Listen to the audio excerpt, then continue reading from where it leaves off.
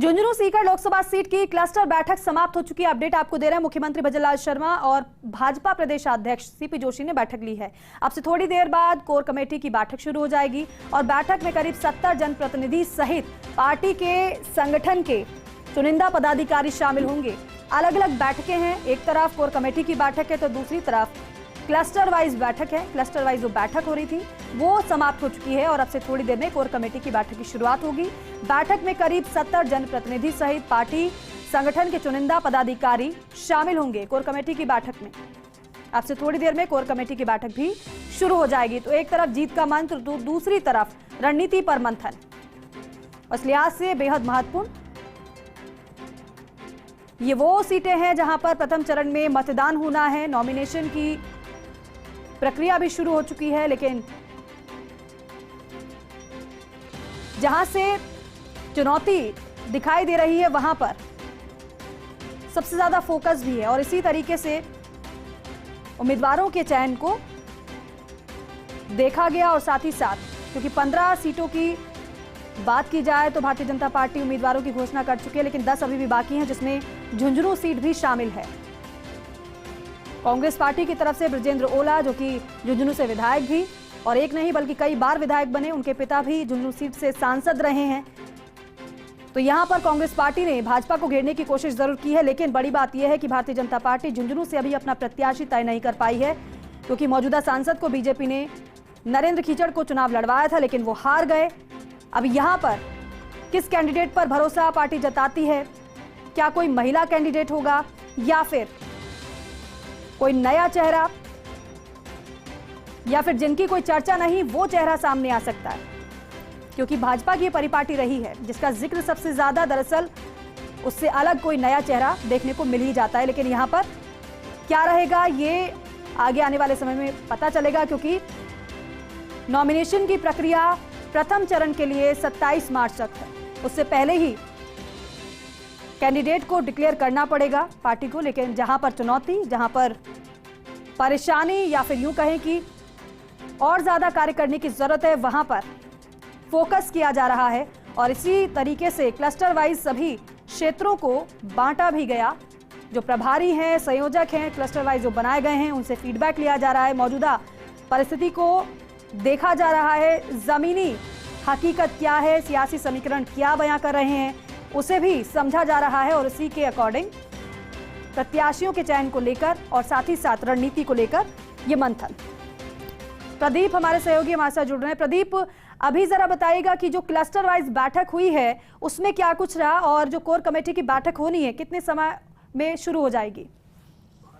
जी, मैं आपको बता दूं, कोर कमेटी की जो बैठक है वो अब शुरू हो चुकी है। इससे 10 मिनट पहले क्लस्टर की जो बैठक थी झुंझुनू सीकर की, वो यहाँ समाप्त हो चुकी है। इसमें मुख्यमंत्री भजनलाल शर्मा, प्रदेशाध्यक्ष सीपी जोशी सहित जो मंच पर मौजूद थे, उन्होंने जो कार्यकर्ता है उनको दिशा निर्देश दिए हैं कि लोकसभा चुनाव में जनता के बीच, मतदाताओं के बीच किस प्रकार से जाना, किस प्रकार से वो रणनीति तैयार करें, ताकि ज्यादा से ज्यादा जो केंद्र सरकार, मोदी सरकार की जो योजनाएं हैं वो उनको लेकर वहां जाए और उनको बताए कि इस प्रकार से जो राष्ट्र है उसको बढ़ाने के लिए किस प्रकार से किया जाएगा। अब ये कोर कमेटी की जो बैठक है वो यहाँ शुरू हो चुकी है, जिसमें चुनिंदा जो जनप्रतिनिधि हैं, जो पूर्व विधायक है, वर्तमान विधायक है, सांसद है, वो यहाँ पर मौजूद है और उनसे विचार विमर्श से खुद मुख्यमंत्री भजनलाल शर्मा, सीपी जोशी और जो राजस्थान प्रभारी है विजया राहटकर, वो यहाँ उनसे फीडबैक ले रही है जो जिले में क्या लोकसभा चुनाव को लेकर किस प्रकार से रोड मैप बनाया जाएगा। जी प्रदीप, कोर कमेटी की अगर बात की जाए तो यहाँ पर सिर्फ क्या संबोधन होगा या फिर जिन जनप्रतिनिधियों की आप बात करें जो चुनिंदा हैं वो अपनी बातें भी रखेंगे, एक तरीके से फीडबैक भी वो पूरे क्षेत्र का देंगे? ये बिल्कुल, जो क्लस्टर की बैठक थी उस बैठक में जो जिस प्रकार से कार्यकर्ताओं को संबोधित किया था, तमाम जो चुनिंदा कार्यकर्ता थे, करीब 250 से 300 कार्यकर्ता मौजूद थे और जो तमाम जो प्रतिनिधि पूर्व है जो संगठन से जुड़े थे, उन सब से उन्होंने एक खुले मन से बातचीत की। लेकिन जो कोर कमेटी की बैठक वो एक अंदर कमरे में मौजूद है, करीब 60 से 70 जो जनप्रतिनिधि मौजूद है जो पूर्व से जुड़े हुए हैं, वर्तमान में जो विधायक हैं, उनसे वो फीडबैक भी लिया जा रहा है और उनसे वो दिशा निर्देश दिए जा रहे हैं जो आम कार्यकर्ता को यहाँ पर सभा में, यहाँ पर क्लस्टर मीटिंग में नहीं दिए गए थे, जो गोपनीय हैं वो इस बैठक के बाद में जो अपने सामने आएंगे। जी प्रदीप, ये भी जरा बताइए कि अगर झुंझुनू की बात की जाए और सीकर की बात की जाए, हालांकि सीकर से तो कैंडिडेट एक बार फिर से रिपीट हुआ है, लेकिन अभी झुंझुनू का कैंडिडेट डिक्लेयर नहीं हुआ है। यहाँ पर कितनी ज्यादा चुनौती पार्टी के लिए है और किस तरीके से कार्य किया जा रहा है पार्टी की तरफ से?